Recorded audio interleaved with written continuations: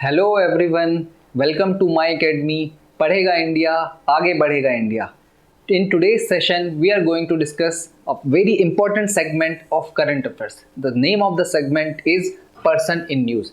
इस सेगमेंट में आपको पता होगा कि जो भी नए अपॉइंटमेंट्स होते हैं उसके बारे में हमको जानना होता है।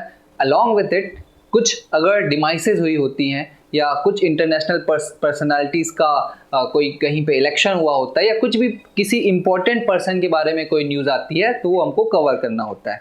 These kind of information is asked mainly in state PCS prelims examination and also one day examination, जैसे कि SSC हो गया या और भी दूसरा एग्जाम हो गया, तो ये जानना हमारे लिए बहुत इंपॉर्टेंट हो जाता है कवर करना। तो इसी सिलसिले में इसी चीज़ को ध्यान रखते हुए we have come up with one important appointment, that is the appointment of mister Ravi Sinha as a रॉ chief. Okay, so let's see what is the news. So Ravi Sinha has been appointed as a new chief of RAW. RAW का full form होता है Research and Analysis Wing. In the next slide, we will see the brief history or brief about RAW. Right? So who was Ravi Singh? Who is Ravi Singh? Ravi Singh is senior IPS officer. Right? Ravi Sinha. Sorry. Right? हाँ. तो यहाँ से देखिए रवि सिन्हा जो appoint हुए हैं, he is appointed for 2 years. 2 साल के लिए अपॉइंट हुए, जो टेन्योर इनका होने वाला है 2 साल का होगा। तो whom he has replaced समंत गोयल, जो इनसे पहले रॉ चीफ थे समंत गोयल। तो ये भी इंपॉर्टेंट है, ये भी पूछा जा सकता है कि रवि सिन्हा से पहले कौन थे।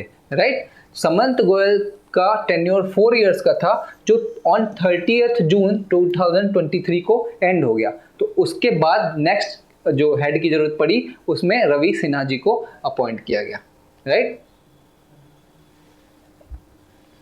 अब हम देखते हैं कि रवि सिन्हा है कौन, थोड़ा सा ब्रीफ उनके बारे में जान लेते हैं। जैसा कि मैंने आपको बताया कि ही इज आईपीएस ऑफिसर। ठीक है, तो 1988 बैच के ये आईपीएस ऑफिसर थे। ये बैच क्या होता है आपको पता होगा, हर साल यूपीएससी एग्जाम कराती है 2021, 22, 23। तो जो लोग सेलेक्ट होते हैं उस particular year of the examination में वो उनका बैच हो जाता है। ठीक है, जनरली उसके बाद जब वो ज्वाइन करते हैं तभी भी कुछ फर्क पड़ता है। मान लीजिए किसी ने लेट ज्वाइन किया तो वो उस बैच में ज्वाइन करेगा। राइट, तो जनरल आइडिया यही है कि कब ज्वाइन किया एज अ ऑफिसर वो ईयर कहलाता है, किस बैच में। तो 1988 में थे।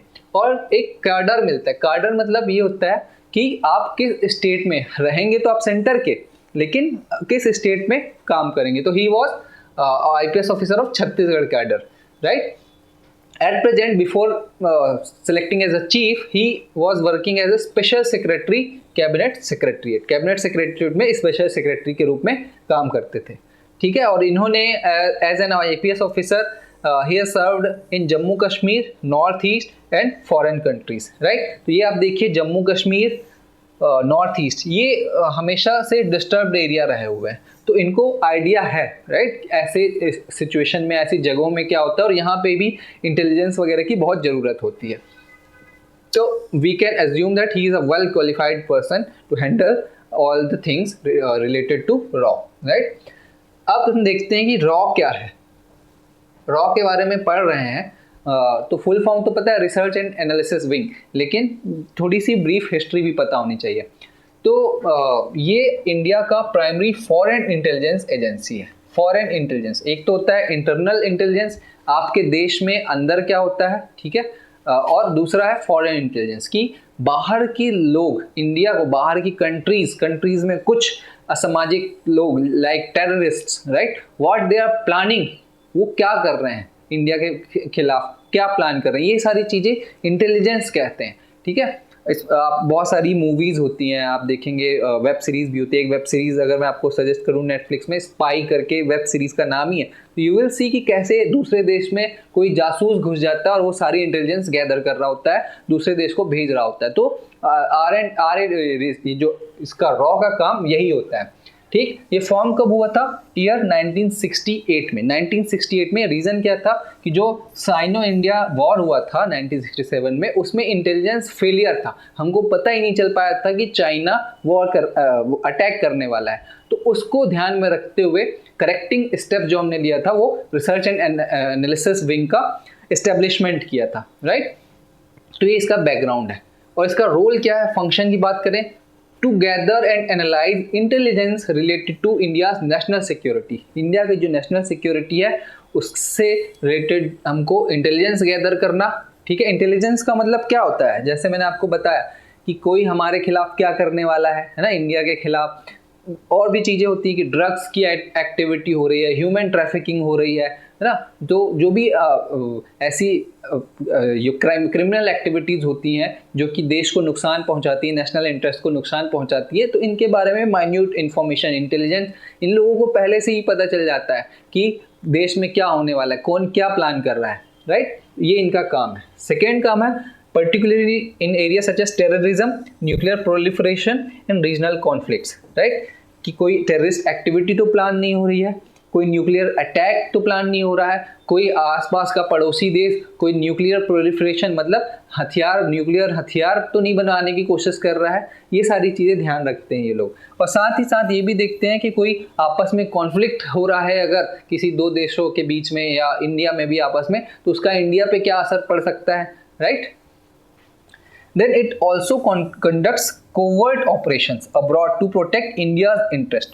Covert operation मतलब रॉ का कोई आदमी जो है वो इंटेलिजेंस या जासूस बन के दूसरे देश चला गया, ठीक है, या कोई ऑपरेशन करने चला गया कि भाई हम वहाँ से इंफॉर्मेशन लेके आए, तो इस टाइप के ऑपरेशन भी RAW जो रिसर्च एनालिसिस विंग करते हैं, राइट। तो ये इनका रोल हो गया, इनका बैकग्राउंड हो गया, एस्टेब्लिशमेंट हो गया, और इनका हेड कौन है ये तो हमको पता ही है। और अगर इनकी टैगलाइन की बात करें तो इसका टैगलाइन है धर्मो रक्षति रक्षिता, the law protects when it is protected. Okay, अगर लॉ आपने प्रोटेक्ट कर लिया है तो लॉ आपको प्रोटेक्ट करेगा। ठीक, आगे देखते हैं अगर और कुछ इंफॉर्मेशन बची हुई है कि नहीं।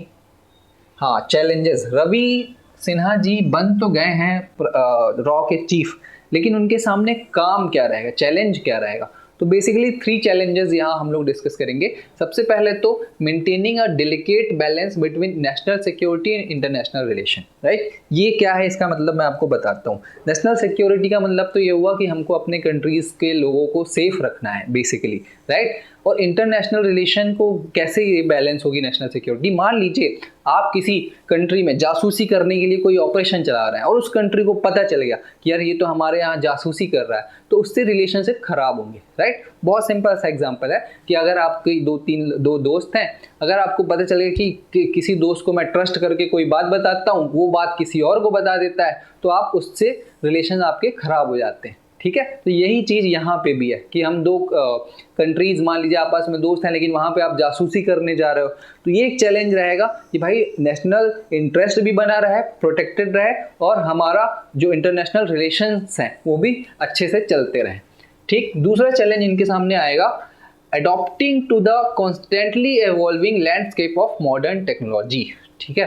पुराने ज़माने में हुआ करता था, पुराने ज़माना तो नहीं बोलूँगा मैं, पहले ये होता था कि बम फोड़ दिया, टेररिस्ट एक्टिविटी हो गई, लेकिन आजकल की टेररिस्ट एक्टिविटीज़ चेंज हो रही हैं। आज होता है एम्स का डेटाबेस हैक कर लिया, ठीक है, ये आपके ऊपर टेररिस्ट एक्टिविटी ही है कि इतने सारे लोग परेशान हैं, एम्स का सर्वर ही हैक कर लिया, अब वहाँ की एक्टिविटी ही नहीं हो पा रही है। मान लीजिए कोई बैंक है, आपका बहुत बड़ा बैंक है देश का, उस बैंक का सर्वर ही डाउन कर दिया, सारी एक्टिविटी ही कम हो गई।